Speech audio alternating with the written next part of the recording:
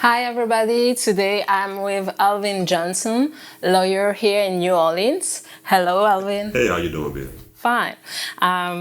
Today we will talk about your background and what you do here in this beautiful city of New Orleans. I'm an attorney. I've been an attorney for over 11 years now. I was a prosecutor for about 4 years with the DA's office, which is the district attorney's office in Orleans Parish. I switched over after 4 years because of the amount of mass incarceration we have in New Orleans. A lot of black incarcerated young individuals.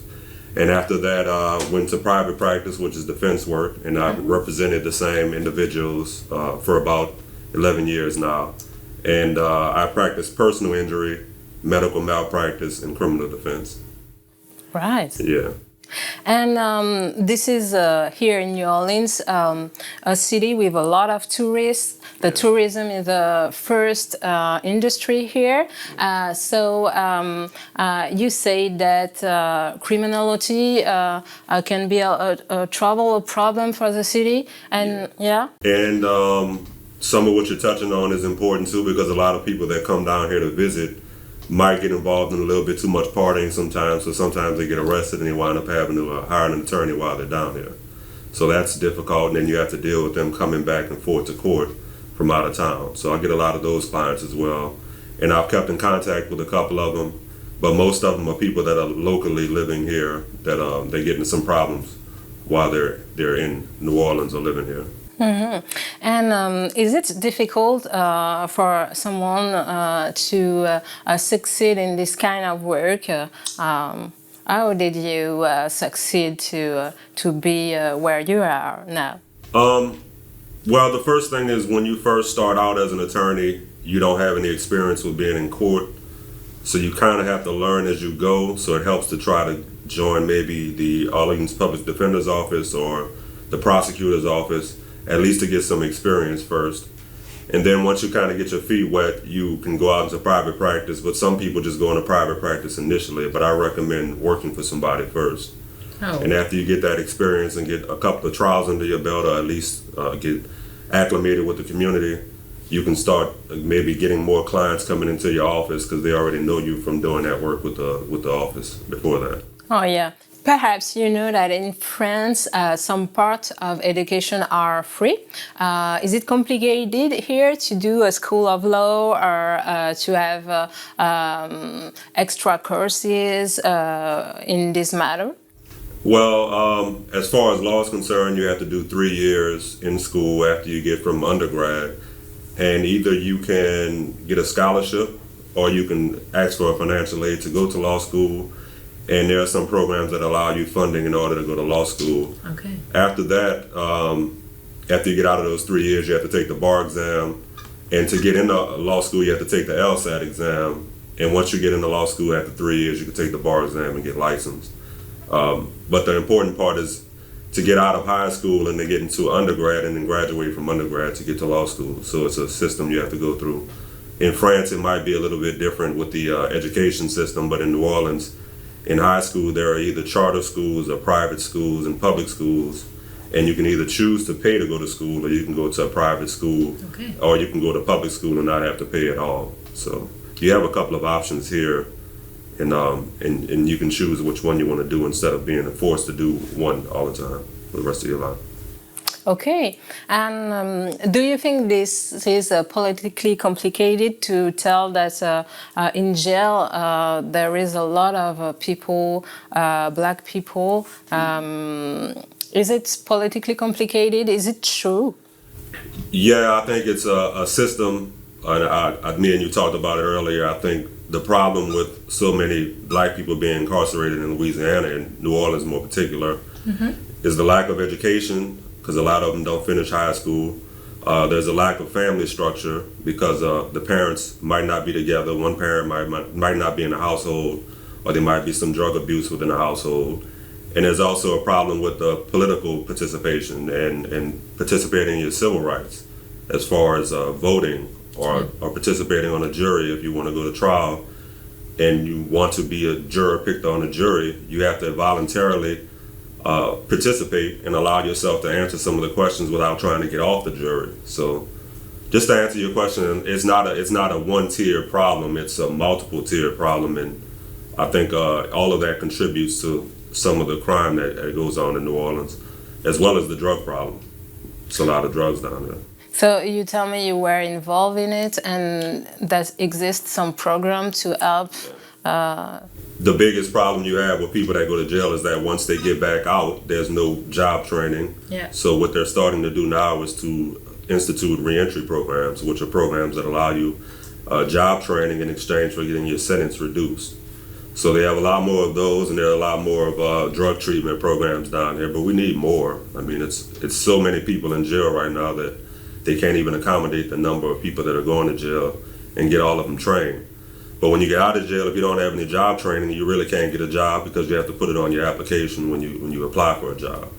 So, do you have that same problem in France as well? We have this kind of problem, and people in France think that it begins by education. So there is some program for young kids to try to give them the keys to grow up in the good condition. And after, if they are in jail, we have also some national program to help them to have some more education during the prison. Okay. When they are in jail, and even when they go out to find a job, and certain company want to show that they can hire people even if they had at a moment a trouble and they were in jail. So we have that. Yeah, and I think the organization I joined, which is Boys Town, it's a place that takes in foster care kids, puts them into a household with two parents, and gives them rules that they have to follow, and it basically gives them structure in their life, which keeps them out of trouble and keeps them in school. And instead of them aging out of foster care and being put out on the street, they actually have job training before they leave, and then a high school education. And some of them actually come back and work for Boys Town. So I've been doing that for about 3 years also. And I think the best way to curtail some of the crime we have now is to try to catch them at an earlier age. Yeah. So that's one thing I look at. Once you get to a certain age and you get too many convictions, it gets harder to try to get back into society and function as a citizen.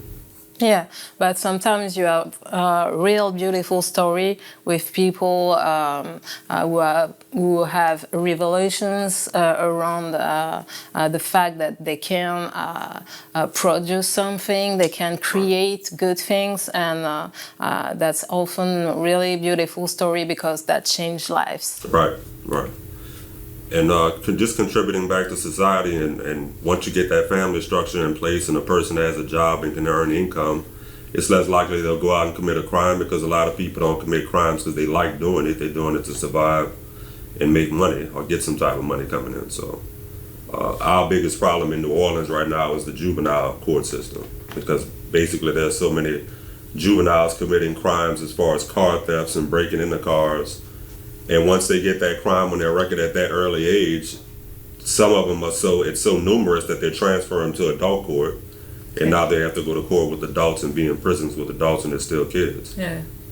Alvin, you were born and raised here in this beautiful city of New Orleans. Yes. Can you tell me or tell us an advice for French people coming here who want to visit or discover something very particular or something you like? Well, the biggest thing in New Orleans is food, of course. I've never been anywhere else in the United States, at least, to experience the type of food you get in New Orleans and the seasoning. Yeah. Going out and doing festivals at different parts of the city and different times of the year, Mardi Gras, it's basically a year-round party down here, and there's no curfew, so you can stay out as long as you want and drink as long as you want, but you just have to be careful while you're out in the street down here, because if you're from another city, you can wander off into the wrong areas in New Orleans, and from one area it could be a nice neighborhood, and the next area it could be a not-so-nice neighborhood, so you just got to be careful while you're down here, but definitely, if I recommended anything else, I would say try everything that you can eat down here for as long as possible while you're here. All right. Thank you very much, Alvin, for this explanation, and thank you for all. Thank you so much. Hi everybody, it's Bea, and today I'm with Elise, and she's from France. So Elise, explain us why you are here in this beautiful city of New Orleans. Sure. So I came here 3.5 years ago now. I come here to study mostly. I study at Tulane University. I got 2 bachelors in public relations and political science. And I got lucky. I got a scholarship for golf through the university. And I'm still here in this beautiful city. So you have finished Tulane, and now we are working here. What you are doing? Sure. So I recently got an offer through the Saints and the Pelicans of New Orleans. So the NFL and the NBA team of New Orleans. I'm working in inside sales, and I'm also helping through the management through the games, for the suits and all the ticket sales that we're doing. It's such a pleasure to still be working in New Orleans, and especially for professional athletic team. And I have a little question. Is it helpful to be French here in your new job? Yeah, you have no idea. It's very helpful to be French in my new job. I think people expect to meet French people through New Orleans, through the stadium, through athletics and team. So they're very excited to meet someone in the stadium that knows French and also knows about the team at the same time. So yeah, very helpful for sure. Oh, wow. And what is exciting in New Orleans? What do you like? What do you like in this particular city of New Orleans? Sure. The food. I mean, all the Americans are going to tell you how much the food is great in New Orleans. I think that this is pretty true. I think the food is really good. It's really rich, but in the same time, why not? Why not eating a little bit more gourmet, let's say it. But American tells that French food is better. Sure, French food's great, but New Orleans food is, I think, the closest you can find to French food in the US. So it's kind of still a pleasure to have kind of like this French tradition going on in the restaurant. I love the fact that you can find small restaurants through the city that are all different cultures, different mix of food. And yeah, I really love it. And tell me, now you are in New Orleans for 4 years. Mm-hmm. Do you have a funny story about your presence here? Sure. I think that when I went to my first Mardi Gras, I had really no idea what to expect about Mardi Gras, because in France we just basically don't really celebrate it. We hear about it, but we don't want to do something. And I asked my friends, what is Mardi Gras? Like, what are you exactly guys doing during Mardi Gras? And I ended up being in this whole giant party in the city in St. Charles, celebrating through the streetcars, not really knowing what was going on. You throw stuff, people throw stuff at you, you drink so much. It was so fun.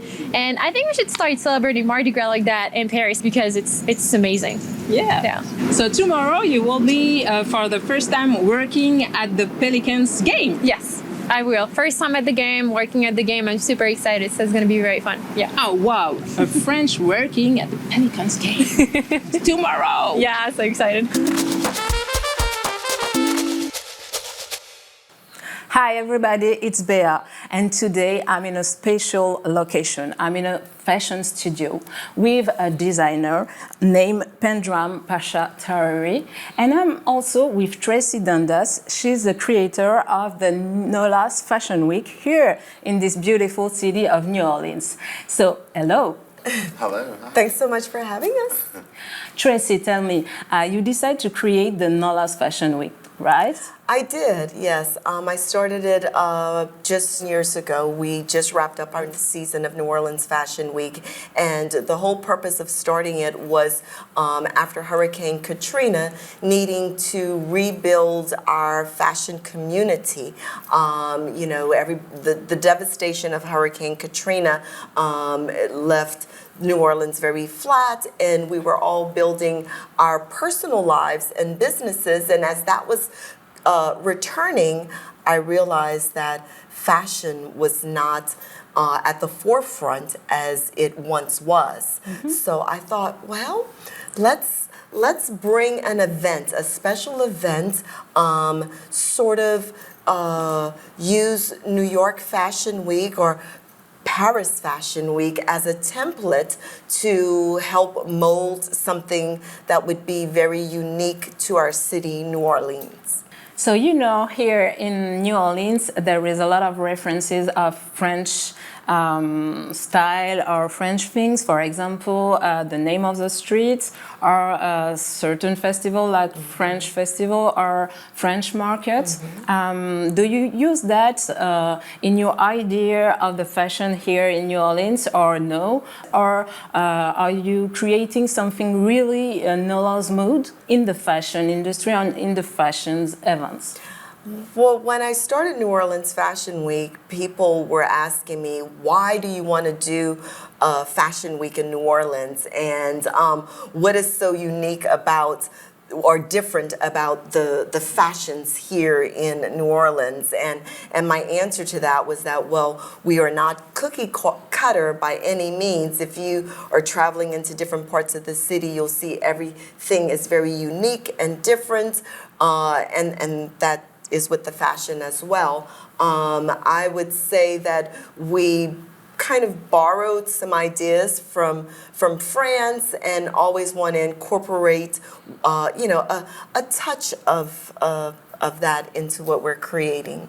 Tracee, I know at the last session of the New Orleans Fashion Week, you invite some international designer and especially French designer. Can you explain us what you did and how it was? This was one of the most special events that I produced during New Orleans Fashion Week.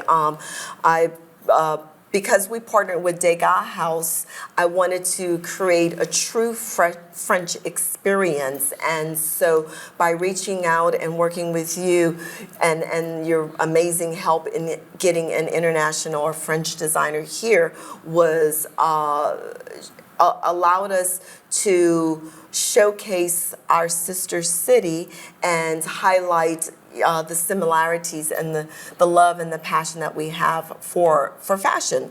Moving forward, I'm already exploring the idea and looking into the future. Would love to be able to reciprocate and come to France perhaps and showcase one of our fabulous designers internationally. That is the direction I'd like to see New Orleans Fashion Week go, in that we're just continuing to grow and expand and build our relationship with France.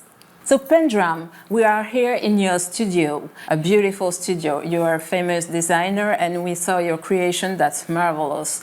How did you decide to become a creator? And my question after that is, do you think that there is a mood of Nola here in the fashion style? Yes, well, growing up, I always admired fashion. I always paid attention to red carpets, from Oscars to beauty pageants, Miss Universe, Miss USA, all of those things. I grew up watching women around me, what they're wearing, and always had an idea of, if this person were this design or this silhouette, it would have been better on them. So I think part of it was just a talent that I think was God-given. And going through school, I actually studied interior design, not fashion, but I feel like my passion was more for the beauty, especially for women's fashion. I'd like to see the woman looking its best as possible, and help to make them achieve that. And yes, for sure, in my aesthetic, my designs, you'll see New Orleans influence, you'll see a French influence. I feel like my designs are a little bit more actually European, with the twist of modernism to them. I'm looking for designing something that's elegant, that would make all the heads turn when a woman walks to the room, and make that woman feel powerful and beautiful, even more than what they already are.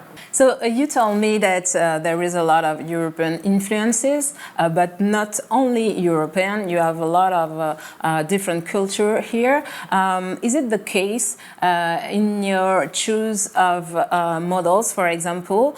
Do you work with different kind of beauties or no? And can you explain me how you work?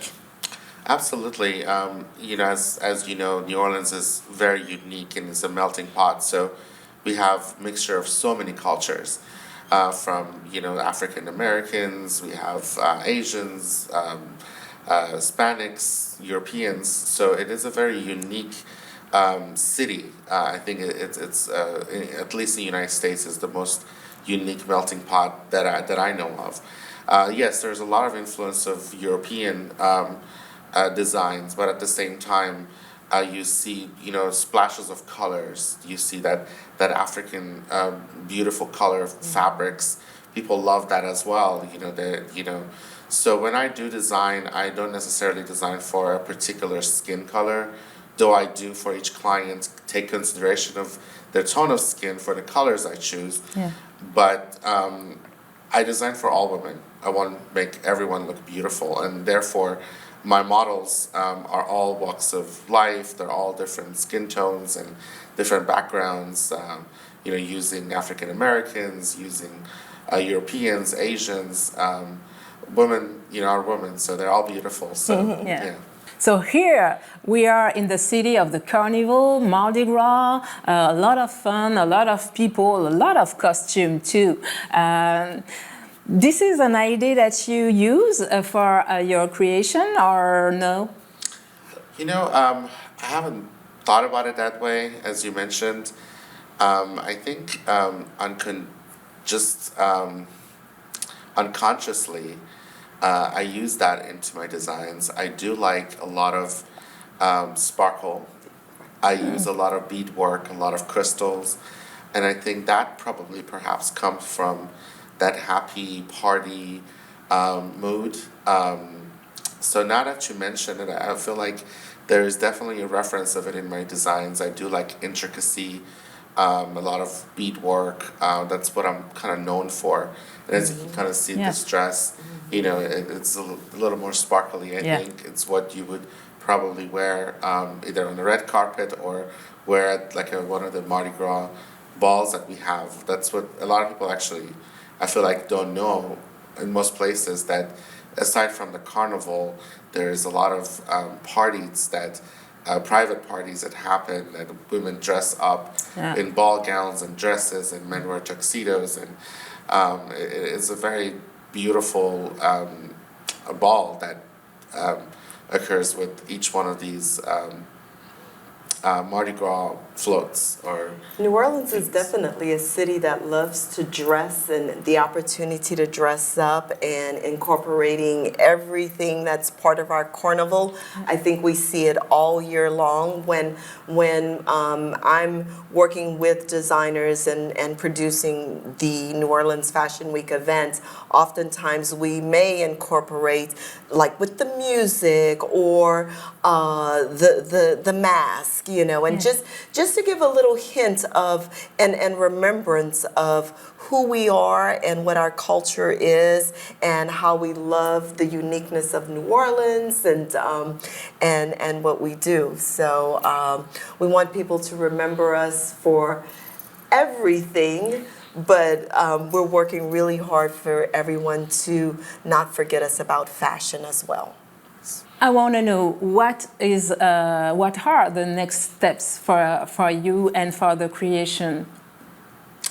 Of course, even though I'm based out of New Orleans, I would like to become global, grow and create a fashion house, which, not just in New Orleans or United States, but everywhere in the world and in the fashion industry be respected.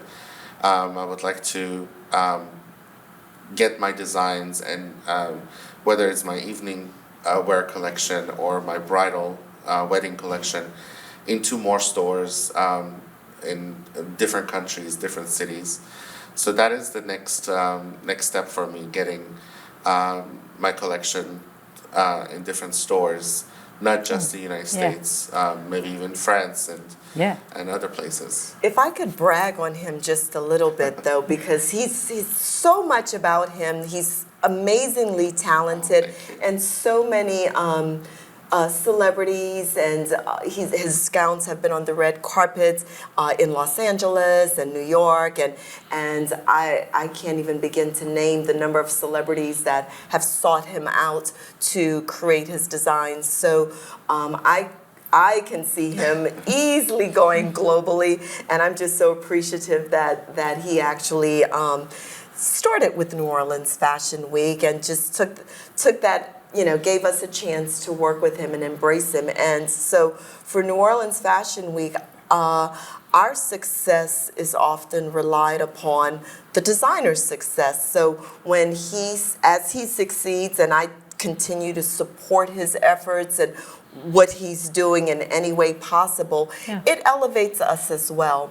In a perfect world, I would love to, as far as New Orleans Fashion Week, work at doing manufacturing that would happen in our region, if not here in New Orleans. But that's a big, that's a big hill to climb, and but hopefully we will get there and take New Orleans Fashion Week and take designers like Pedram to the next level. Oh, and for your event, Tracee, what is the next idea? The next idea is we're coming to France. Yeah. I will say that that is truly what I'm manifesting and hoping that will happen. But, to continue building our brand and being sought out by international designers and building our platform is what I love to achieve. Thank you, Pedram. Thank you, Tracee. Thank you. You're amazing.